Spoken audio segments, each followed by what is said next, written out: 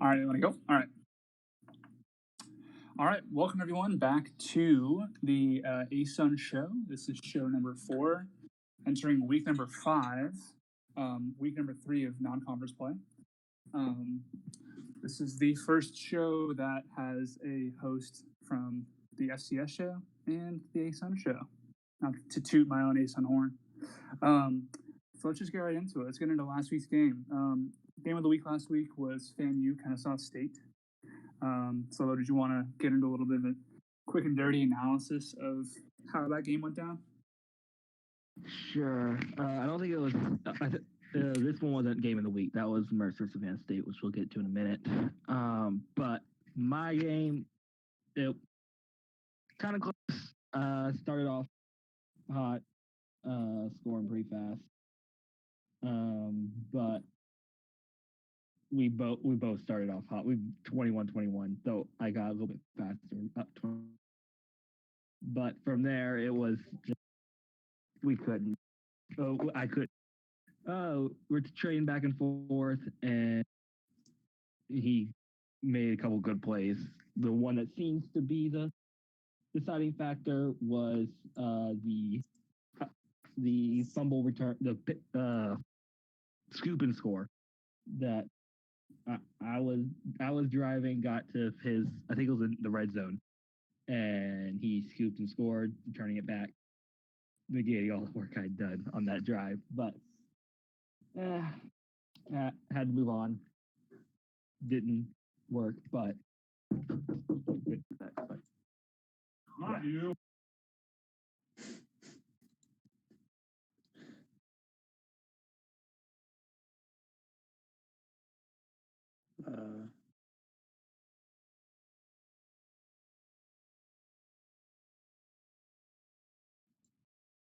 I think I'm still here.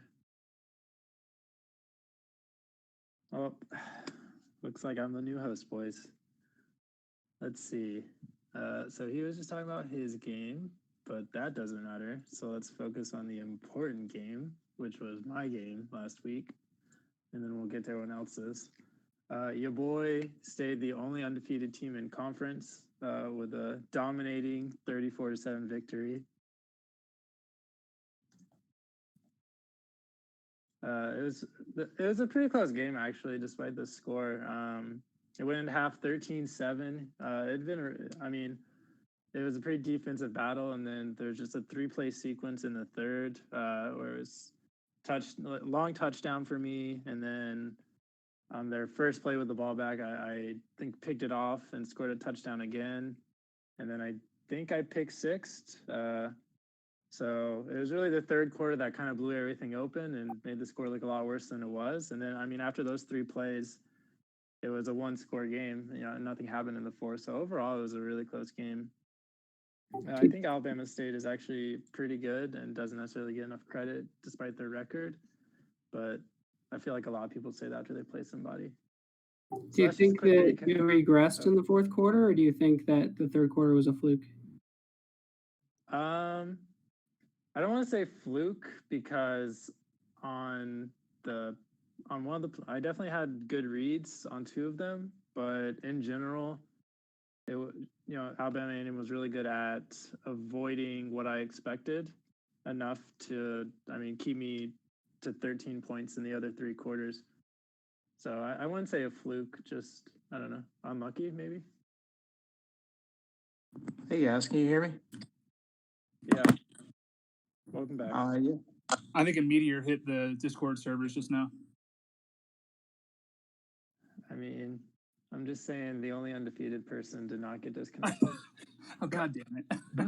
Both hosts left at the same time, which that was bad. Whoops. Okay, so yes, it is chaos. Let's get back on track. So Payload's a joke. I think Phil just covered his game against Alabama State. So yeah, I gave a quick recap. All right, so I'll go over a quick summary of the Jacksonville State game, and Gator, you can get into your game. Okay. So Jacksonville State beat Chattanooga 45-0. The Chattanooga just couldn't do anything. Only had 2 drives go over 14 yards, and Jacksonville State's defense forced 3 drives in the negative. So at 400, almost 450 yards on the ground, Jacksonville State is back. He bounced back from the upset last week and is back on destroying everybody. So be scared.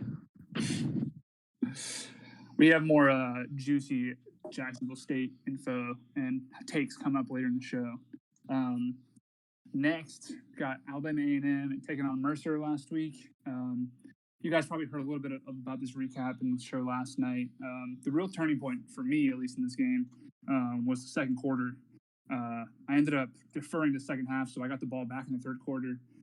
There was one quick drive where Campbell gave me a little too much time left at the end before the end of the half, and I ended up scoring. So I went up 28-14 at half, and then I got the ball back and was able to score again. And that gave me a little bit of a cushion. But Campbell, damn it, he fought, and it was very, very stressful to the end. So. That second quarter was kind of a turning point, and I don't think I went for it. I don't think I punted until the fourth quarter, and I had a couple fourth downs on my side of the field. So those gutsy calls kind of paid off, but it's definitely that second quarter where I went for it a couple times on fourth down. So that was my game with Campbell. Next game, Mercer and Savannah State. This game actually had pretty big implications on the Georgia belt. Rico took an early lead, 17-7 at half. That didn't really play too well in Baba's favor, milking the clock and wearing on the defense. The game stayed close into the fourth quarter, no points scored in the third, and then both offenses kind of went off. And I think Baba had a return over for a touchdown, and 43 points combined scored in the fourth quarter, but I think the distance was just too much. Mercer gave himself a nice little foundation, and Mercer wins by 13.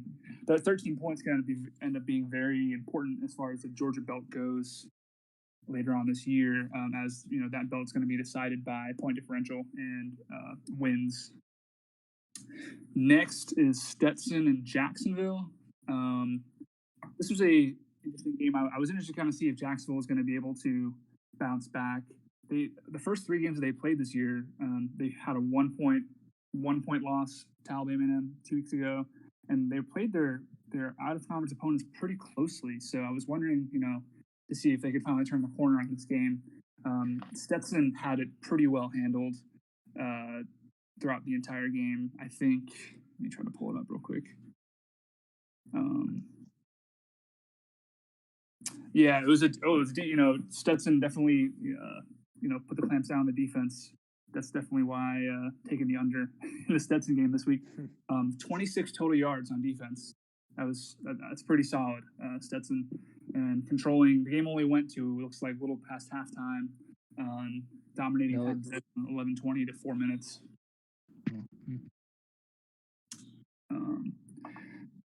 So do you want to take Samford, East Tennessee? Finally, we have Samford and East Tennessee. Samford won that 48-34.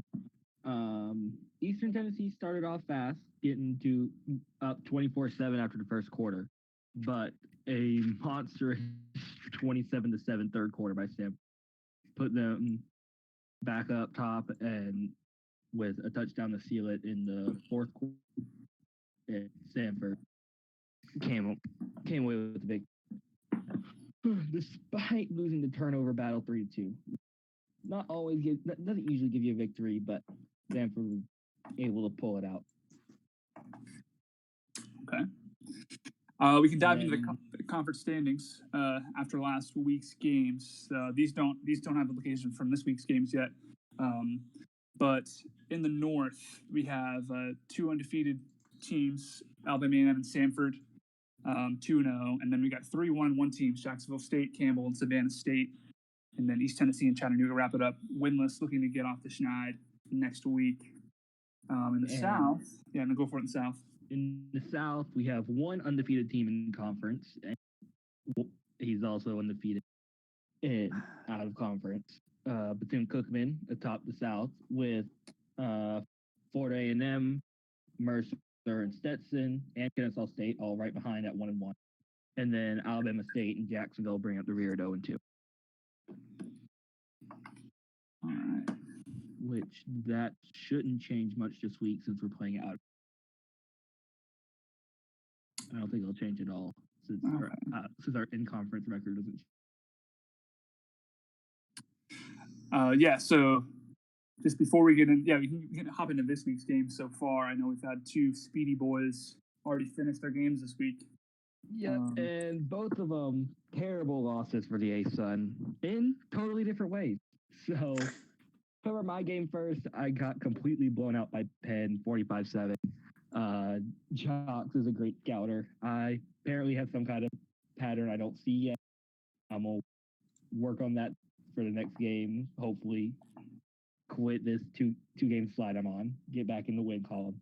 But this time Penn had my number at every turn. Even when we both stopped playing, she was getting turnovers, touchdowns. So that hurts. But then we also have Delaware State beating Kennesaw, which I was there when it. I was looking at the chat when it ended, and that one just hurt for Kennesaw. He had the ball. I think it was under a minute left. At the inside their 10, like the 2, and then fumbles it. And 25 seconds left on the 2, and then he fumbles, gives him the ball back, and they run out the clock. So that he was right on the doorstep, and that loss just hurts. I think he should be at least 2-2. I think he also lost some close ones in the other out of conference. Which Kennesaw State has had a pretty rough time in the losses. Yeah, so that one. If football is a 3-quarter sport, Kennesaw State be undefeated. Yeah. Yep. Really, even if you just take away the last 2 minutes of every game, I'm pretty sure it's still undefeated. We still have 3 other games that currently have scores. Chattanooga is up on Youngstown State late in the third quarter. Good to see Chatty getting kind of a quick start this week. Let Chatty shine. Let Chatty shine. Campbell's up on Montana 10-7 after one seriously humpy video that was released yesterday. That was definitely got my jimmies rustled. I'm excited to see more content come out of Campbell, especially with his denim jeans and jean jacket like that on that Twitter post. And then Portland State is up on Stanford right now 10-7 late in the first quarter. Still got some time there. Like I said, the rest of the league right now, all zeros straight across. Keeping an eye on Bethune-Cookman and UNI as well. That game is scoreless, but still almost halfway through the first. Yeah, it's scoreless, but your boy is already forced a fumble, so, Nice. Yeah. It'll be interesting to see how it goes. I'm pretty nervous because it's my first highly ranked matchup, but, you just got to play your best and hope you can come out with a win. Yep. I think we have a live update. Yep. Montana just kicked the field goal, tying up the Campbell-Montana game at 10. So can Grizzly Bears even kick? I don't know. I don't know if I buy that. I guess while we're on the topic, Pella, what do you? This is a major out of conference game considering we're playing an MVC team, one of the more stouter conferences so far. I know you've only played a couple minutes so far, but what are some main takeaways you've seen? Have there been any different playing styles for Chase, or has there been anything unexpected? I guess just to give some background, I just randomly scheduled him. He had an open schedule on this week, and I don't think he expected me to be good. He thought it was just some random new person, and I had no idea who he was. So the fact that it's a top 10 matchup is just a stroke of luck or unluck, depending on how you look at it. But I think when you play really good players, you can kind of tell there's a difference. Compared to like the first game I played, there was the guy had an obvious pattern, and it was really easy to figure out what he was going to do next. But when you play even remotely good players, they hide their patterns, they try to guess what you're going to guess, and things like that. So I would say, not compared to the Ace Sun play, is it any different? But compared to the first game that I played at all, it's pretty different. Yeah. Okay. So now moving on, we're going to highlight the Sunny D of the week. So this was a tough one because there's two pretty solid defensive stalwarts last week, and it kind of came down to a couple of different things. And I think I ended up choosing Jacksonville State, allowing 0 points, 51 total yards allowed, a pick, a fumble, and took advantage of the clock. 20 minutes time possession to Chattanooga's 8. I think that they just overall ran the game really well. Stetson had another incredible performance. I think they actually held him to fewer yards, only 26. That was a tough call, I think. But I do think that Stetson will get another piping hot glass of OJ sometime in the future. So I don't discount him, and I truly believe in his defense. I put some money on it this week. So I truly think that Stetson will make it back up here. We have some good defenses in this league so far. Savannah State and Jacksonville State. I think I'm excited to see how that diversifies and see if a couple other people from this conference can get some Sunny D. I personally would have voted for Stetson. No shade to Chattanooga, but I just think beating Jacksonville and holding them to 26 is more impressive than beating Chattanooga. But that's just my opinion. Yeah, I would. I could share that opinion too, but then we'd both be wrong. So. Well, maybe.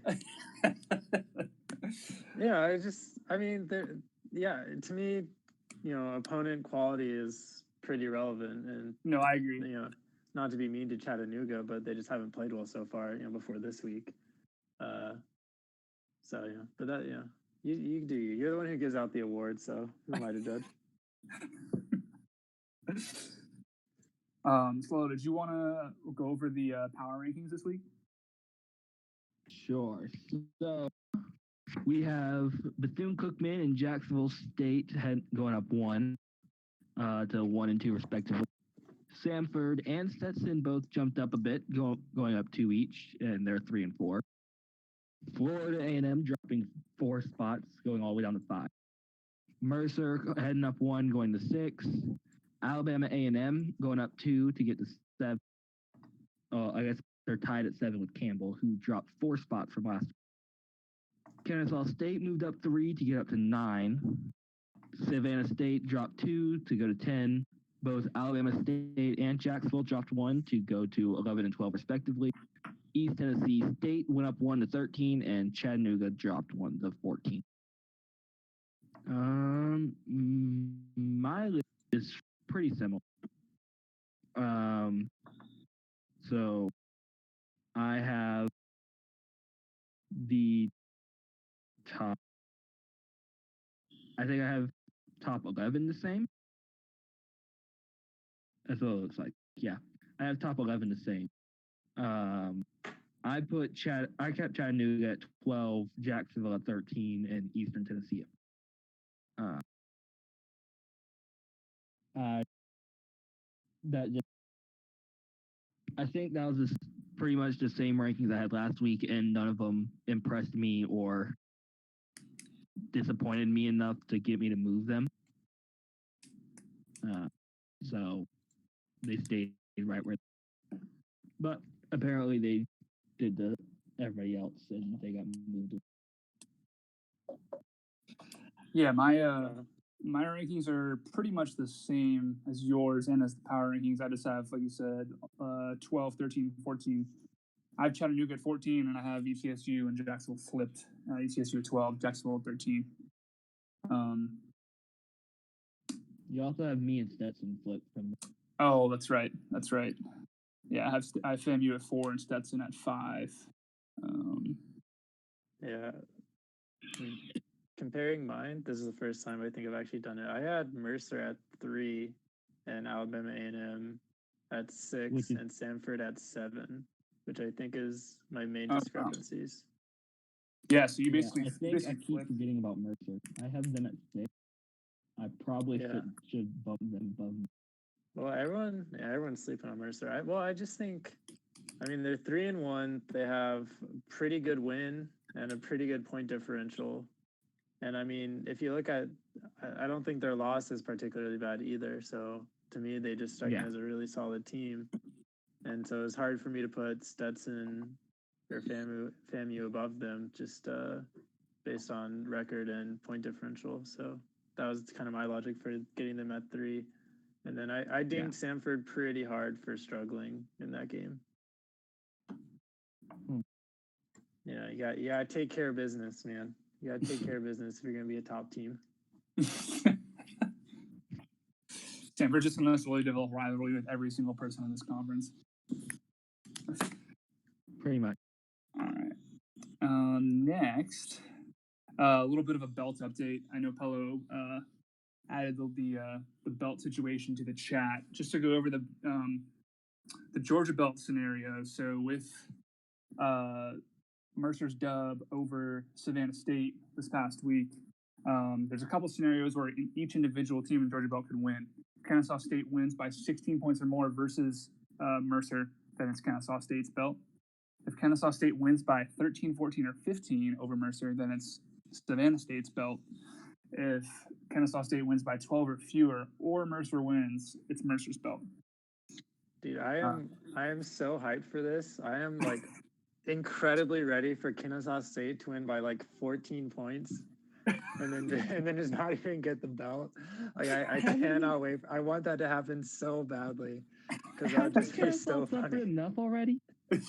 Quit making Kennesaw suffer. I mean, it's nothing personal, and like you're right, but I think that'd be so funny. You know, because you can just imagine Kennesaw's trying. You know, another thing to happen in Kennesaw. You know, they're driving down the field. And then they're in field goal range, but they mess up clock management. So then they only win by 14 instead of 17.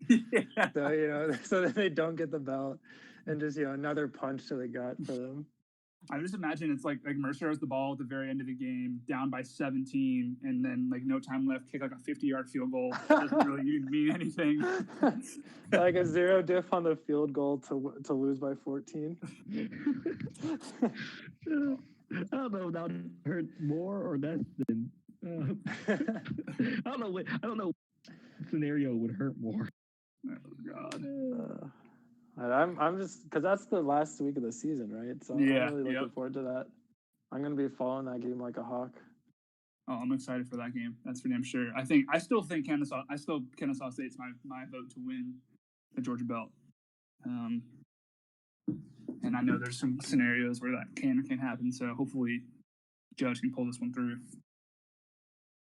I think they can win that game, but it's hard for me to see them winning by 16 or more. That's just kind of hard to do that against a good team.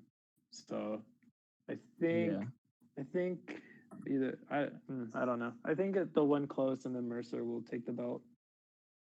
If you made me pick right now, but. What about you, Solo? For Georgia belt, right this second, I think Mercer is more likely to win that game, so that would mean the belt is. But that could definitely change by the end of the year. Seeing how Kennesaw, if Kennesaw can start winning those close games and not get screwed over by luck. Kennesaw State's probably the best 1-4 team in history. Probably. Yeah, no doubt. I think so. Might rank him next week. Fuck around and rank him.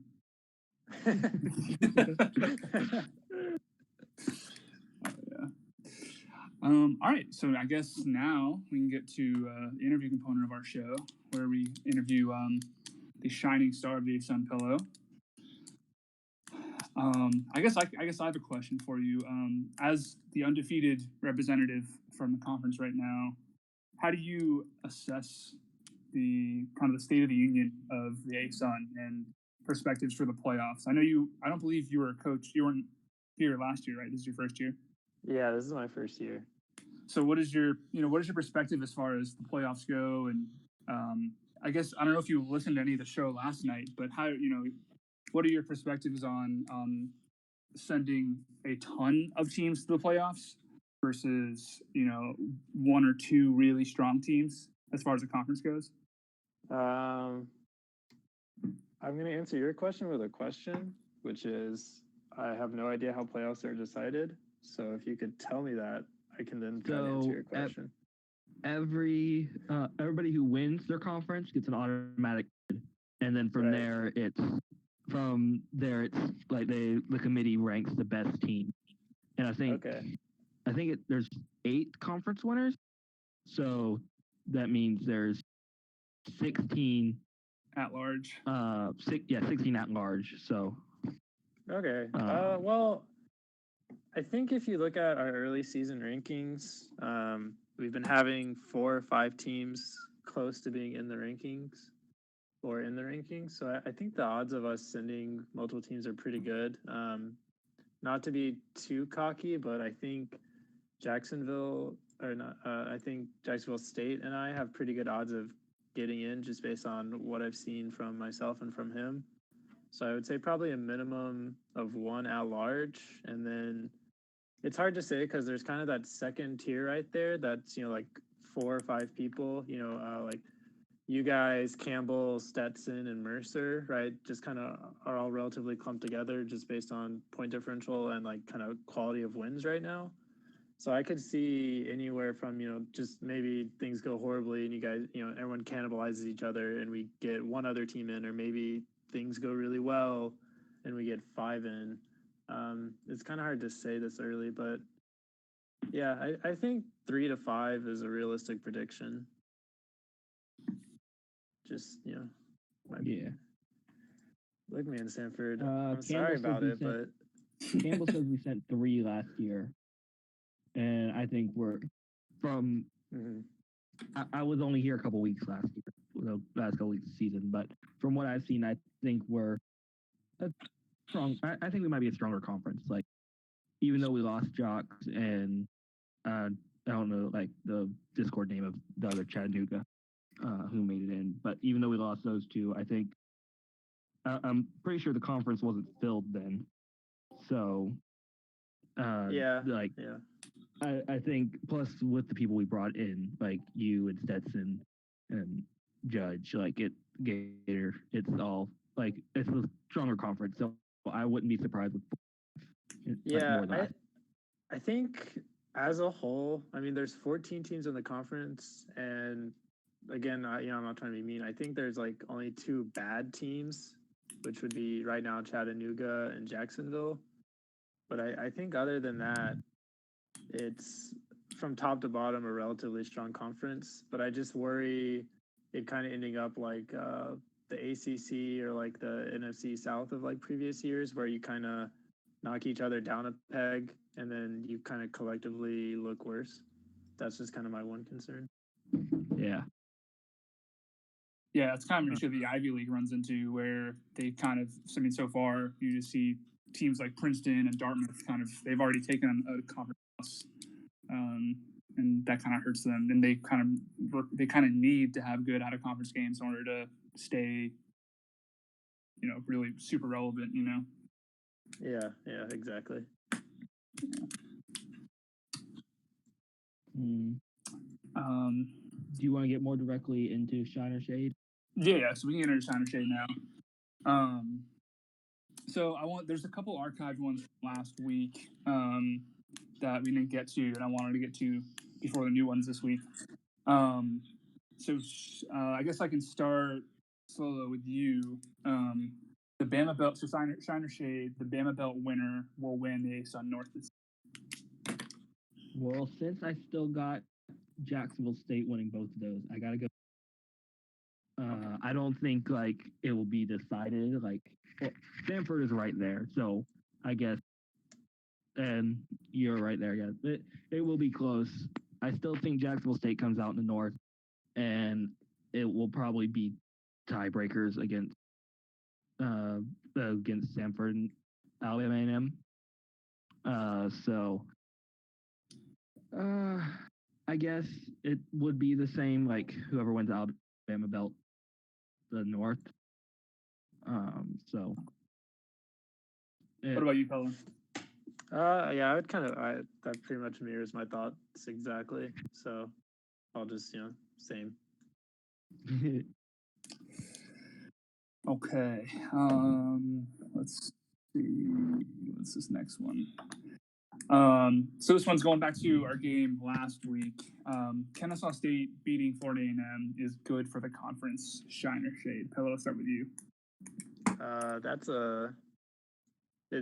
Which game? Sorry, Kennesaw State beating Florida A&M is good for the conference? Yeah. Yeah, that's a hard shade, right? That means I don't agree, right? Right. Yes. Yeah, that's a hard shade. I think I know I said Kennesaw State is the best, 1-4 team in the nation right now, but the issue with that is things like that are lost to time and to outsiders. So we all know that Kennesaw State has lost like a bunch of close games, but people just looking at the rankings don't necessarily. Right. So, and then, at the time, that was a pretty big loss to, a high ranked team losing to a low ranked team. Obviously, you've lost again since then. So it's like less bad. But I think in the moment, as a whole, it's not good for the perception of the conference.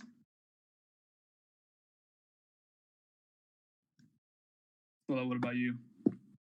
I guess. Yeah. I mean, I think I'd rather have that going if we're doing last week when it happened. I would say having a 1-3 and a 3-1 team is better than having a 4-0 and 0-4. Make it seem a little less top heavy.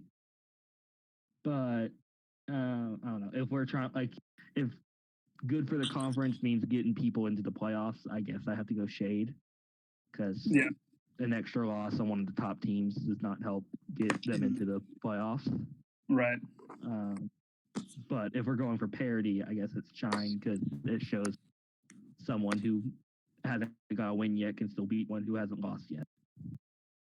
Yeah, I think part of it also is like, let's say Kennesaw State has the same record, but the losses are in conference and, has a good out of conference win, then suddenly it looks really good, right? Because it's like, oh, wow, they can beat other conferences, but, in their own conference, it's just really tough. Everyone is really balanced.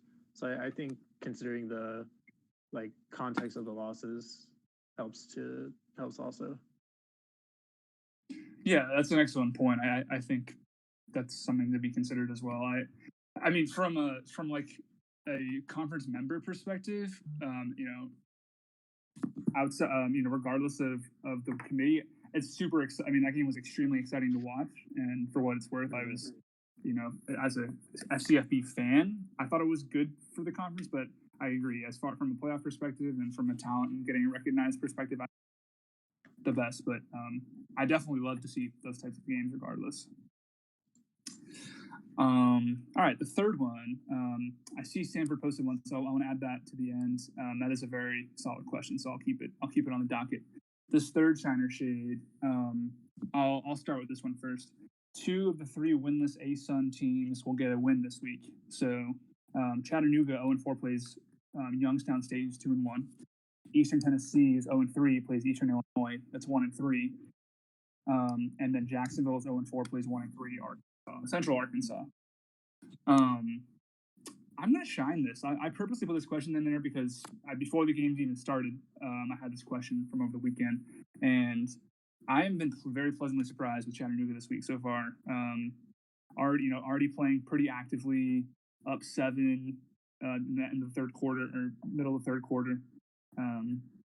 Pleasantly surprised. I think, like I said, I think Jacksonville's a good, it's a pretty decent team that just has gotten, pretty bad luck. Not quite as bad as Judge, but I think that they can definitely turn the corner against a non-conference team in Central Arkansas, who's also been kind of on a downward slide since the beginning of the season. So I think Chattanooga and Jacksonville can get a win this week. And ETSU to me is a bit of an enigma. I'm not totally sure of what he is or isn't capable of. I know he played Stanford pretty well last week, but I think I have a lot of faith in Chattanooga and in Jacksonville. And ETSU I think is capable, but week to week I feel like that changes.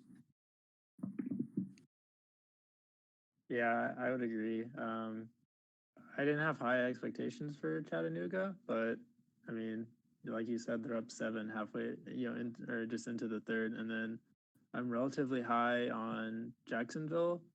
Before the loss to Stetson, they lost each game by 3 points, like an average of 3 points. Mhm. So it's another one of those Kennesaw State things where 2 plays go differently, and suddenly you're a 500 team or a winning team or whatever. So I was pretty high on them. So I would agree that they both have pretty good chances.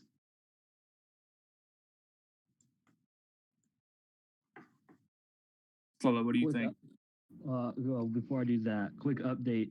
Campbell just scored a Montana, putting them up 16-10. Yeah, it doesn't look okay. So, it looks like Youngstown State scored also. It's 17-16. That's not great. Versus Nuga. All right, but back to the Shiner Shade. I guess I'll go Shine. I think even though Youngstown State's about to tie it up, probably, I think Chattanooga can still pull that one out. I don't know who I'd pick for the other one. I don't know yet. But I think one of them will pull it out. Not Youngstown State has the best record out of these 6. So it doesn't look like any of them are that good, or maybe just not lucky. But I think someone has to win. I think either East Tennessee or Jacksonville pull it out. I just don't know who it'll be yet. All right. So the next one that I have prepared up here is a bit of a hot take, and I'm interested to see with some context what you guys think. Jacksonville State drops one of their next 3 games. They play Campbell, they play Savannah State, and they play Montana as their last out-of-conference game. Shine or shade that they drop one of those 3 games. So I can start with you. I don't know. I definitely don't think they'll drop that middle one. I don't think they'll lose against Savannah State. I know Bala's pretty good, but I don't. He's not done that good this season so far, and I don't know. I just don't think he'll. I'm pretty sure Jacksonville State will win that one. I think it's more likely he loses to Montana than Campbell, but I can definitely see Campbell winning. So I guess I'll Shine. I think more likely than not he loses one of the next 3, but I also would not be surprised if he rolls through all of them. I'm gonna go Shine, but it's a close one. A weak Shine. Yeah. I'll go the opposite and say shade. Wait, shade is saying that they will go undefeated, right? Yeah, they'll go undefeated. Yes. Yeah. Okay, yeah. Or they drop 2 of the next 3. This game is hard. No, I think shade. I think Jacksonville State's a really good team just based on early results, and I think they can pull all 3 of them out. I'm not I'm not saying like 100% in every game, but if you have a 2/3 chance to win each game, those are pretty good odds. Yeah, I think I'm going to shade that too. That's not to take anything away from Campbell or Baba or Montana, but Jacksonville State's won. The games that they've won handedly, and they lost a close game to Florida A&M, and I think they have a nice bit of momentum rolling their way. So I'm gonna shade that, and I think that they come week 8 they're 7-1, or I guess week 9 they're 8-1. So Okay, there's a couple in chat. Shiner Shades real quick. So these next two kind of go together. But I guess we'll take them one at a time. So Shiner Shade, the South will be decided by the week 8. So after week 8, the South will be decided. Shiner Shade. Let me take a look at this. Whoever wants to go first. I just have to look at the schedule real quick. Yeah, me too. I think I shade. Well, There's 3. well, I or guess it 4 depends on your games. definition of decided. I think we can go like mathematically, I guess, or yeah, or I'm maybe just- like, or maybe like someone has like a 2-game lead in God, this is with way too 4 much games to math. go. So to ask one this more. question. Have to like figure out what the record's gonna be, and then be like, okay, well, this person's gonna be this, so that's 2 games behind. I'll go Just go off Shine. instinct. Do you? Okay. It's gonna be Shine because your boy is gonna be undefeated, coming off a win against Mercer, basically locking it up.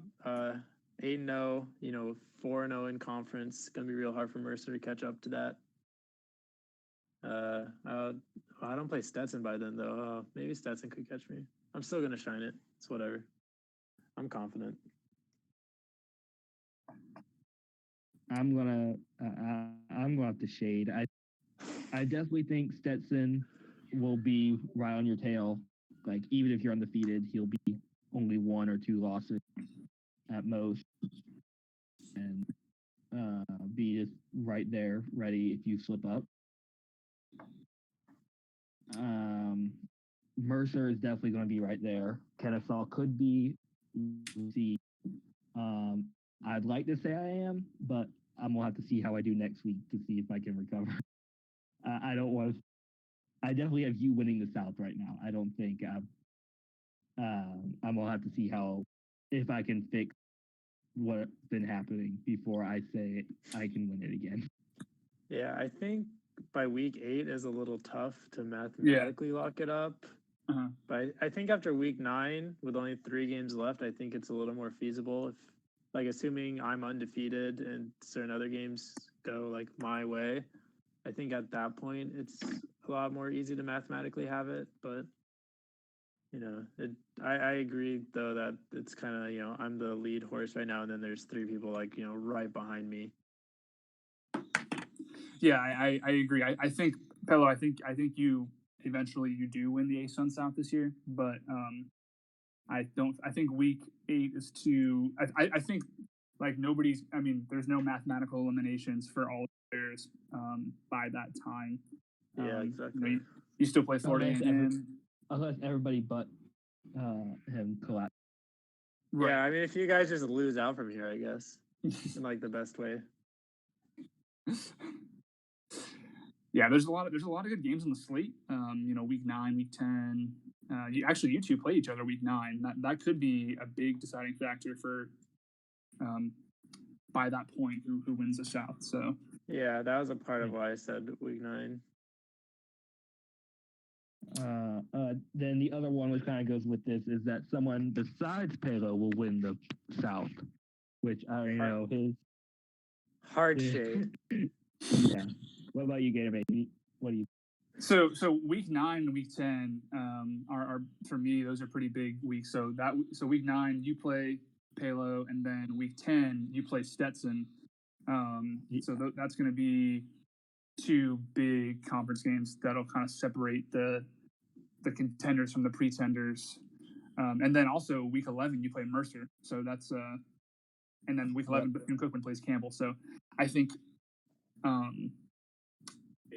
I picked Palo to win the South, but I'm gonna shine that, or sorry, I guess I'm gonna shade that, but it's a weak shade because I mean that's just a gauntlet that those 3 weeks, week 9, week 10, week 11, for Bethune-Cookman and Florida A&M, because I think if Palo doesn't win it, I think Florida A&M has the next best chance.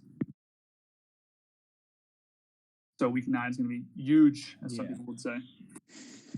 I think I will shade it too, but again, it's a weak shade. I definitely think Stetson and Mercer have a good chance, but it's going to be messing up or like losing the head-to-head matchup or something like that. Like it's gonna be it's it's it's yours to lose right now. Basically. Yeah, but I'm obligated to shade that as hard as I possibly can. So Yeah. We got one. Do you think Pele's gonna go 12-0? I gotta shade that. I think there. This game's so hard. I don't know if anybody's ever got undefeated in this game, like after a full season. But I think like anything can happen. It's super, like one number goes the wrong way, you lose. Like it's. I can see. I guess I wouldn't be surprised if you like watch each game and watch you win each one, but looking at it all together, you gotta win to at least one of them. Well, you gotta lose to at least one of them. Yeah. Yeah. Well, the thing is, like, so I play, I think, 5 more teams that I would consider pretty good. So this week, Mercer, Florida A&M, Campbell, and Stetson. No disrespect to Kennesaw State. So like 5 really good teams, and even if I have a 70% chance or 66% chance of winning each of those games, that's like 0.66 times 0.66 over and over. The odds of like winning all of them just aren't that great. I mean, just doing that, it's 12.5% of winning all of those. So I think just going 12-0 is super difficult. So I would say realistically, shooting for a 10-win season is kind of my goal. Yeah. Yeah. I mean, I'm gonna shade that just because I honestly think that the ASUN South is one of the best divisions in the SCFB. And if you, I mean, and to be fair, week 8 you play Jags. Jags is a pretty solid team in Houston Baptist. I do. Yeah, you play Jags. Why do I schedule these people? And Jags got the best of me pretty handily beginning on week 2. So you have a tough slate. But I mean, that being said, if you do go undefeated, I really don't think anybody is going to be able to beat you, just because you have been tried and true. But I just think your division is too tough, man. Like not to drop one, I think that might happen. Yeah. Yeah, it's just, I mean, it's a gauntlet. Going 12-0, I mean, don't get me wrong, I would love it, but that's just so hard to do, especially in a game like this where it's not like I'm Alabama and I just have like vastly better players than yours, I mean, we all have the same numbers. Yeah. So there was another one that was asked. I think it might have been the first one. Sanford asked. I guess I'm not really sure if this was a Shiner J question or just a regular question. If you could add 2 teams to the ASUN, who would they be and why? That's a good question, man. Let me go look at like all of the teams. Yeah, I'm gonna open up Perry real quick. I think having. Go ahead. Go ahead. Okay, I think having North Alabama would be good to finish out the Alabama belt. Just pretty much exclusively for that reason, to finish out the Alabama belt. And then I like Junie a lot. So what is he? He's like North Carolina Central. Yeah, them too. Yeah, I think North Alabama was another one of my choices. I definitely think that aside from expanding the Alabama belt and making it actually the real deal, I think that Matt's a really good player. His record doesn't necessarily show it this year, but I know that he scouts hardcore and he's had a tough schedule, but he's a really good player and he would really have a lot of confidence. Yeah, I like Matt. I just want to drag Jocks back into the ASUN. I don't care if 10 super far away. If she tried to escape, we'll drag her back in. Is there even sun in Pennsylvania? Honestly, I don't know. It's fake college football. Nobody cares where any of these teams are. The conference names don't actually matter. Yeah.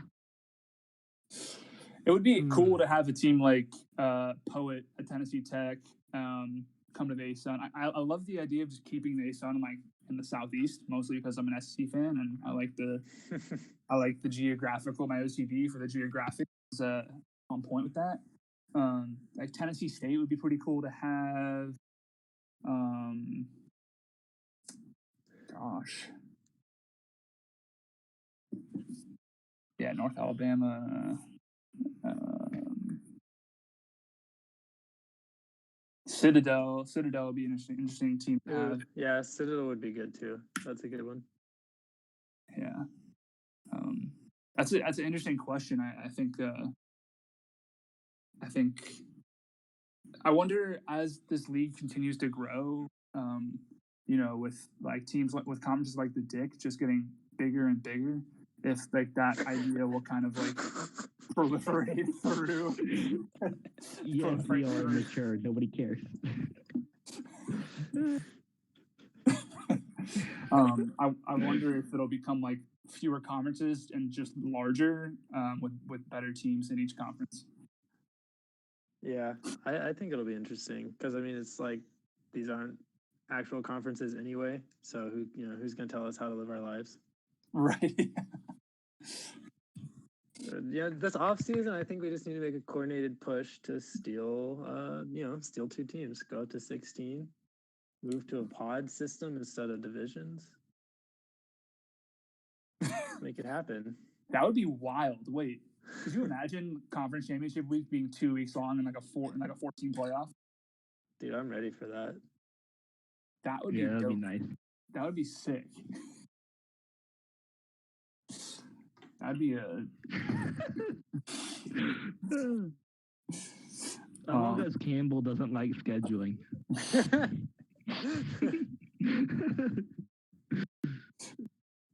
I guess Pello also, since you're kind of our, informal / formal person who deals with the new kind of like rule changes, proposals in the FCS, did you have anything you wanted to? Yeah, I guess just a quick update. So while we've been doing this, I just keep seeing like a million messages popping up in that channel, and they're talking about like ranges and stuff like that. For the different playbooks and so on and so forth. I mean, really, I have 77 new messages right now in that channel. But one thing Campbell and I both agree on is that chew clock should be nerfed.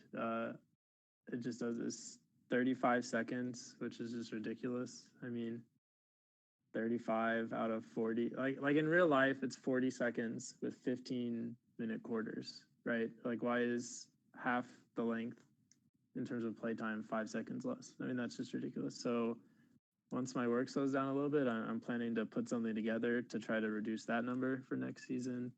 And I also want to look at ranges.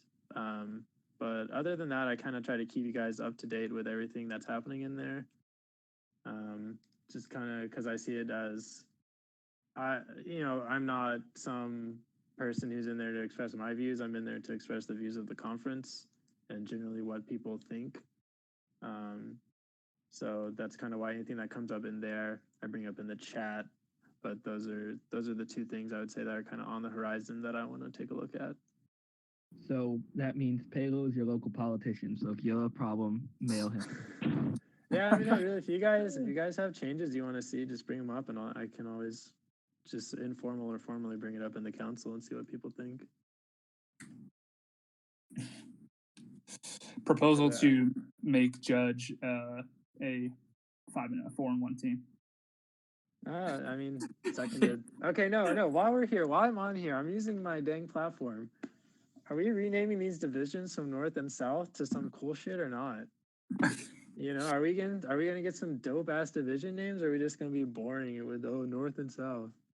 Okay, what was it? Rise and Sun? That was really good. There were 2 others that were really good too that I can't remember. Yeah, Rise and Sun. Okay. No. Yeah, heliocentric, geocentric. I like Hydro and Helio. Yeah, Hydro Hero. Yo, we need. Look, I'm just saying we need to vote on these and make it happen, man. These are some dope names. Oh, day and night. That's good too. We need to just get these four, throw them up in a poll, and then internally vote, and then take the winner of that and change our conference, change our division names. Wait, who's deciding who's the villains and who's the good guys? I'll decide. Just put Stanford 6 times in one division. No, Sanford and Stetson have to be in the same division next. True. They just play each other every week. make them play each other every year. Yeah, definitely. I totally am behind that. I think that should definitely. I don't know how. Okay. Humpy Boy, just grab the best 5 and then just post a little poll, and then we'll take the top 2 of the 5 and do a little head-to-head type thing, and then we can have some dope new division names. Yes. Wait, we can't change it during the season? I think we can vote. There are divisions. It just won't take effect until next season, so we might as well wait till August. That's dumb. I mean, do other people even know our division names? No. Yeah, I'm gonna shine. It is on Perry. That's true. Oh, well, okay. I'm gonna shine Protected Rivals. Gonna shine that one. Oh.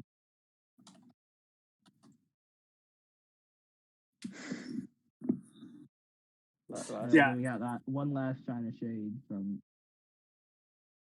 I know what it is. I know what it's gonna be. Do it, Campbell. Do it. Uh-oh. Oh, I don't. Oh, what? I thought you were gonna do, because every time some other guest is on here and you guys have Shine or Shade or Q&A or whatever, I say on a scale from 1 to 10, how excited are you to lose to Bethune Cookman? So I thought Humpy Boy was gonna come in here and say, on a scale from 1 to 10, how excited are you to lose to Campbell? So it's the Shine and Shade. Should we switch Savannah State and Alabama State? Yeah. I guess. Campbell and I have talked about it a little bit, yeah, and we kind of agree it makes like a ton more sense to have it that way. Yeah, I agree. I think technically Alabama State is like my not protected rival, but my unprotected protected rival in real life. I mean, I'll miss having Alabama State, but it's worth it to get Baba. Yeah. Yeah, I'd definitely be interested in looking at the protected rivals thing too. I don't know if it was out of conference, but that would definitely be something cool to look into. Yeah. All right. Well, that's all that I had. Well, that's all I can think of. All right. Well, Pello, thanks for hopping on with us. Glad to get some of your insight as the senator for our entire. Yeah. And best of luck this week. It looks like you're doing a good job already for you and I. Probably just happened in general after this, but thank you guys, and we'll see you in 2 weeks. Yeah, thanks for having me on. Appreciate it. No problem. Thanks, John, and see you guys. I need to text.